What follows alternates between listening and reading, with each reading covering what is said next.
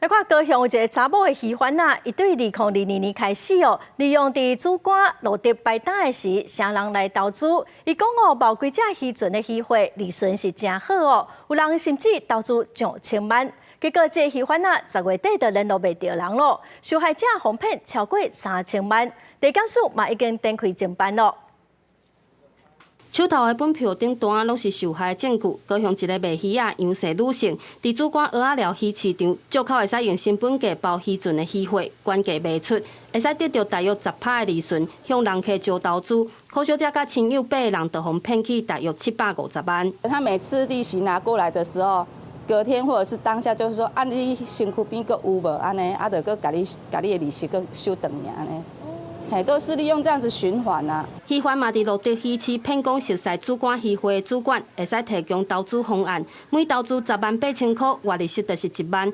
渔贩大约对2022年开始招投资，前期准时纳利息骗信任，后面将招盘做伙投资了后，结果10月底渔贩就失联去啊。 了解整个5万3跟我们集中基金的整个摊贩还有渔民，了解以后，我们查证以后，确实没有这件事情。渔会无缘无故互牵连，10日透早赶紧出面澄清，但渔贩这2档用这个手法已经骗真侪人投资，打乌来分局就接到8个人报案，诈骗金额将近3000万。该名犯嫌是在湖内、路竹等市场摆摊，以投资渔获且高获利的名义吸引民众投资。 本分局已接受8位民众报案，财损近新台币3000万元。